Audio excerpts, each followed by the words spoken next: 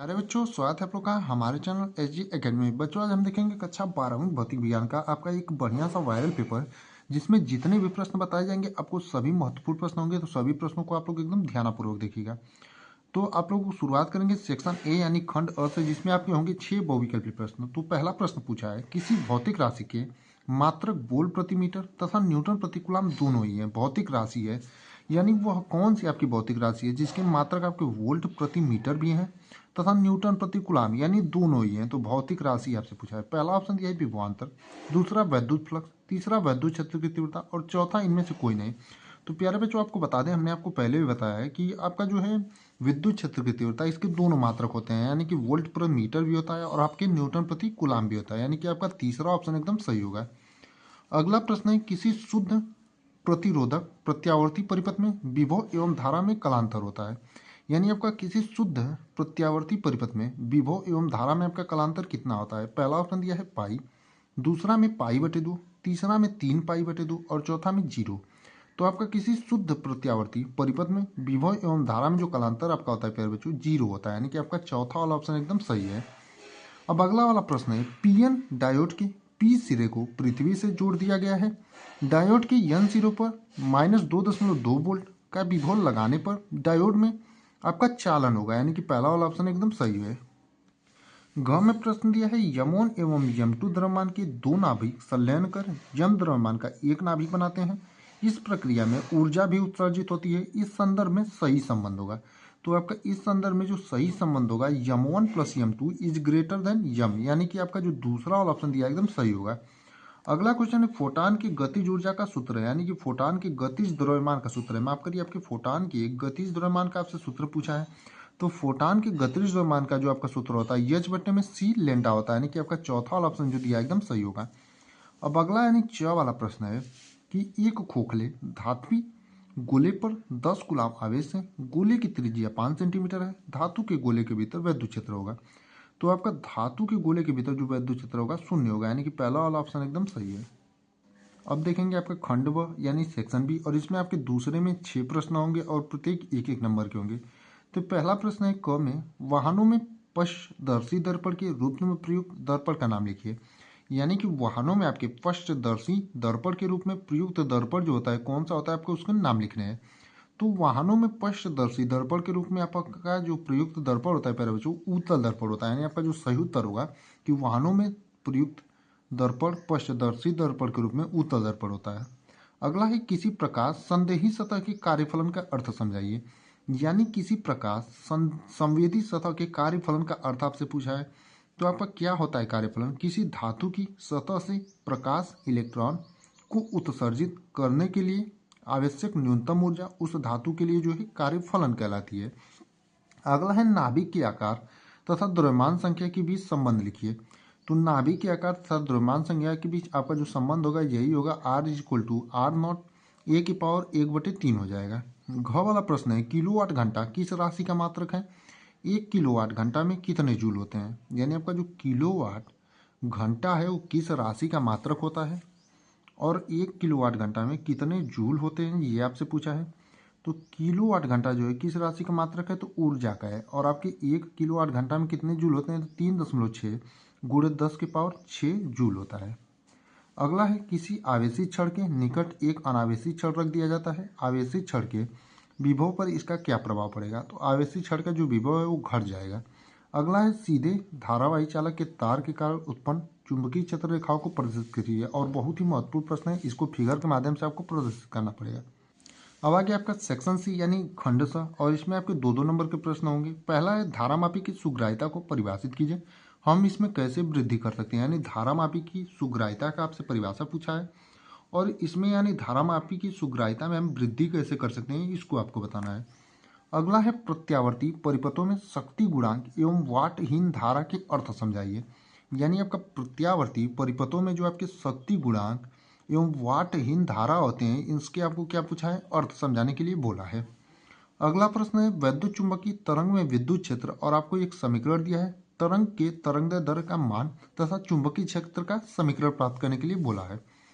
अब अगला और बहुत ही महत्वपूर्ण आपका अंतर है कि प्रतिचुंबकी तथा अनुचुंबकी पदार्थों में अंतर समझाइए, और बहुत ही महत्वपूर्ण प्रश्न है और आपका 2 नंबर में जो है हर साल ये भी पूछा जाता है। अब देखेंगे खंड द, और इसमें आपके 3-3 नंबर के प्रश्न होंगे, 5 प्रश्न होंगे। क वाला है विस्थापन धारा की आवश्यकता पर संक्षिप्त टिप्पणी कीजिए। 10⁻−10 मीटर तरंग दर की यक्ष किरणों, 55 मीटर तरंग दर की रेडियो तरंग एवं 6000 एंगस्ट्रॉम तरंग दर की प्रकाश तरंगों के लिए कौन सी भौतिक राशि समान होगी। तो ये भी आप लोगों के लिए बहुत ही महत्वपूर्ण प्रश्न है और इसको भी आप लोग जो एकदम ध्यानपूर्वक तैयार करिएगा। अगला है समस्थानिक, समभारिक तथा समन्यूट्रॉनिक नाभिकों में अंतर लिखिए। उत्तर के समर्थन में उदाहरण दीजिए। यानी आपको समस्थानिक, समभारिक तथा समन्यूट्रॉनिक जो नाभिक होते हैं उन पे आपको अंतर लिखना है और उत्तर के समर्थन में आपको उदाहरण भी देना है। यानी कि आपका उत्तर किस लिए सही है इसके लिए आपको जो है एक उदाहरण भी देना पड़ेगा। ग में दिया है वैद्युत द्विध्रुव तथा वैद्युत द्विध्रुव आघूर्ण की अर्थ समझाइए। यानी वैद्युत द्विध्रुव की परिभाषा और वैद्युत द्विध्रुव आघूर्ण की परिभाषा आपको लिखनी पड़ेगी। उसके बाद किसी वैद्युत द्विध्रुव में +20 माइक्रोकुलाम तथा -20 माइक्रोकुलाम आवेश 1 सेंटीमीटर दूरी से विभेदित है। द्विध्रुव के ध्रुव से 1 मीटर की दूर किसी अच्छी बिंदु पर वैद्युत क्षेत्र की तीव्रता ज्ञात कीजिए। और बहुत ही महत्वपूर्ण ये भी आपका प्रश्न है, तो इसको भी जो आप लोग ध्यानपूर्वक तैयार करिएगा। अब चौथा और पांचवा आपका बहुत ही महत्वपूर्ण ये भी प्रश्न है कि किसी सेल के विद्युत वाहक बल एवं टर्मिनल विभवांतर में अंतर समझाइए। 2 वोल्ट विद्युत वाहक बल की सेल 3.9 ओम के वाह प्रतिरोध से जुड़ी है। परिपथ में प्रवाहित धारा 0.5 एम्पियर है। सेल का आंतरिक प्रतिरोध क्या होगा। और बहुत ही महत्वपूर्ण प्रश्नों में से आपका एक है। अगला है 2 पतले उत्तल लेंस परस्पर संपर्क में रखे हैं। इस संयोजन की फोकस दूरी का सूत्र प्राप्त कीजिए। यदि संयोजन का एक लेंस दूसरे के समान फोकस दूरी की अवतल लेंस से प्रतिस्थापित कर दिया जाए तब संयोजन का व्यवहार कैसा होगा। और बहुत ही महत्वपूर्ण प्रश्नों में से एक आपका, और यहाँ से आपका न्यूमेरिकल भी जो है हर साल पूछा जाता है, तो इस टॉपिक को एकदम बढ़िया से कैप्चर करिएगा। अब पांचवा वाला प्रश्न देखेंगे। पांचवा भी आपके 3-3 नंबर के हैं। तो पांचवें का कह दिया है तरंगों के बीच व्यतिकरण प्राप्त करने के लिए दशाएं लिखिए। कला संबंध स्रोत किसे कहते हैं इसको भी बताना है। और बहुत ही महत्वपूर्ण प्रश्नों में से आपका एक है कला संबंध स्रोत की परिभाषा। और आपका कला संबंध स्रोत की परिभाषा जो है 2 नंबर में हमेशा पूछा जाता है। अगला है किसी वाह चुंबकीय क्षेत्र में किसी चुंबकीय द्विध्रुव की स्थितिज ऊर्जा का सूत्र लिखिए। स्थितिज ऊर्जा के अधिकतम व न्यूनतम मान क्या होंगे इसको आपको बताना रहेगा। अगला और बहुत ही इंपॉर्टेंट प्रश्नों में से एक वेरी इंपॉर्टेंट प्रश्न है प्रकाश के ध्रुवण से क्या तात्पर्य है। अध्रुवित और समतल ध्रुवित प्रकाश को कैसे प्रदर्शित करते हैं। ध्रुवण प्रकाश तरंगों की किस प्रकृति की पुष्टि करता है। या फिर अथवा में इसको लिखिए ठोस के ऊर्जा बैंड आरेख द्वारा चालक, अर्धचालक एवं कुचालक में अंतर दर्शाइए। यानी ठोसों के ऊर्जा बैंड आरेख द्वारा जो है चालक, अर्धचालक एवं कुचालक में जो है आपको क्या बताना है, अंतर बताना है। यानी तीनों के बीच जो है आपको अंतर स्पष्ट करने के लिए बोला है। घ में आपको दिया है दिए गए परिपथ में प्रवाहित धारा का मान ज्ञात कीजिए। प्रतिरोध एवं संधारित्र के सिरों पर विभवांतर के बीच गणितीय योग परिपथ में लगाए गए वोल्टता से तुलना कीजिए। इनमें अंतर क्यों प्राप्त होता है ये आपको दिया है। अगला प्रश्न है और बहुत ही महत्वपूर्ण प्रश्न है बोर के परमाणु मॉडल की संकल्पनाएं लिखिए। यानी बोर के परमाणु मॉडल की जो संकल्पनाएं आपको लिखने के लिए देता है। वेरी इंपॉर्टेंट प्रश्न है और आपका कभी कभी 5 नंबर में भी पूछ लेता है। अब आगे आपका सेक्शन ई यानी खंडीय, और यहाँ से आपके हो जाएंगे दीर्घ उत्तरी प्रश्न, और प्रत्येक जो होंगे आपके 5-5 नंबर के होंगे। और इसमें आपको अथवा करके ऑप्शन मिलेगा, कोई एक आपको करना रहेगा।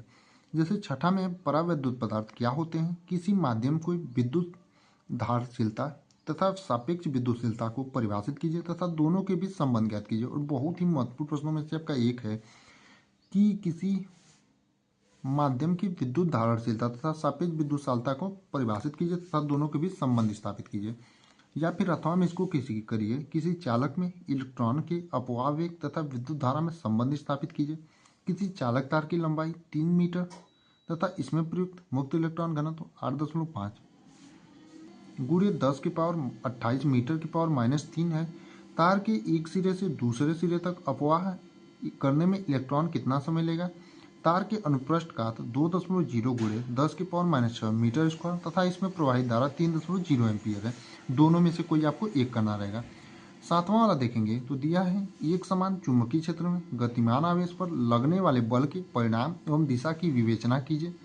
यदि आवेश चुंबकीय क्षेत्र की दिशा में गतिमान हो तब बल का परिणाम क्या होगा। गतिमान आवेश पर चुंबकीय क्षेत्र द्वारा कृत कार्य पर टिप्पणी कीजिए। या फिर अथवा में इसको करिए विद्युत तो विद्युत चुम्बकीय प्रेरण से क्या अभिप्राय है? फैराडे के विद्युत चुम्बकीय प्रेरण संबंधी नियमों को समझाइए।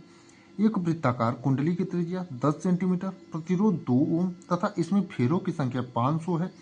कुंडली का तल 3 × 10⁻⁻5 टेस्ला के चुंबकीय क्षेत्र के लंबवत है।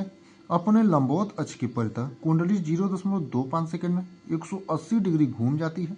कुंडली में प्रेरित विभव तथा धारा ज्ञात कीजिए। और बहुत ही महत्वपूर्ण प्रश्न, इस क्लास में आपको जितने भी प्रश्न बताए जाएंगे प्यारे बच्चों, सभी आपके महत्वपूर्ण प्रश्न हैं, तो आप लोग सभी प्रश्नों को एकदम बढ़िया से तैयार करिएगा। अब अगला वाला देखेंगे, यानी 8वां वाला प्रश्न। तो 8वें प्रश्न में आपका दिया है कि एकल झिर्री से प्रकाश के विवर्तन प्रतिरूप को बनाइए तथा केंद्रीय उच्चिष्ट की चौड़ाई का सूत्र लिखिए। केंद्रीय उच्चिष्ट को प्रभावित करने वाले कारकों का उल्लेख कीजिए। विवर्तन कोण का अधिकतम संभाव्य मान क्या हो सकता है? और वेरी इंपॉर्टेंट प्रश्नों में से आपका एक है। या फिर अथवा में हाइजेंस के द्वितीयक तरंगिकाओं का सिद्धांत लिखिए। इसके आधार पर प्रकाश के अपवर्तन के नियमों को प्रतिपादित कीजिए। और बहुत ही महत्वपूर्ण प्रश्नों में से आपका एक है हाइजेंस के द्वितीयक तरंगिकाओं का सिद्धांत। अगला देखेंगे 9वां वाला, और ये भी आपका बहुत ही महत्वपूर्ण प्रश्न है कि डी ब्रॉगली द्रव्य तरंगे क्या है? इनके प्रमुख गुणों का उल्लेख कीजिए। अल्फा कण प्रोटॉन तथा इलेक्ट्रॉन की गतिज ऊर्जा समान है। किस कण से संबंध डी ब्रॉगली तरंग दर अधिकतम होगी और क्यों? या फिर अथवा में दूसरा वाला प्रश्न या फिर अथवा में आपको दिया है पीएन संधि डायोड के अवक्षय परत। और इस चैप्टर से आपका बहुत ही महत्वपूर्ण प्रश्नों में से एक है आपका विभव प्राचीर पर अग्र एवं पश्च अभिनत के प्रभाव की व्याख्या कीजिए। संधि डायोड का प्रयोग कर पूर्ण तरंग दृष्टिकारी का परिपथ आरेख तथा निवेशी एवं निर्गत धारा का चित्रांकन कीजिए। और इस चैप्टर से बहुत ही महत्वपूर्ण प्रश्नों में से आपका एक है। आपको पीछे कुछ पेपर में भौतिक नियतांक दिए रहते हैं, जैसे प्लांक नियतांक का मान दिया है, जिससे आप जो है जिसकी सहायता से आप पेपर में कुछ न्यूमेरिकल दिए रहते हैं या कुछ मान होते हैं उसको आप लिख सकें डायरेक्टली। तो उम्मीद करते हैं आपको क्लास एकदम बढ़िया लगा होगा। और जितने भी प्रश्न आपको बताए जाएंगे सभी प्रश्नों का आप लोग रिवीजन करिए, जिससे आप लोग अपने बोर्ड एग्जाम में बढ़िया से बढ़िया नंबर प्राप्त कर सकें। और ऐसी वीडियो आपको हमारे चैनल पर रोज मिलती रहेंगी, तो आप लोग जो है एकदम बढ़िया से अपनी बोर्ड एग्जाम की तैयारी करते रहिए।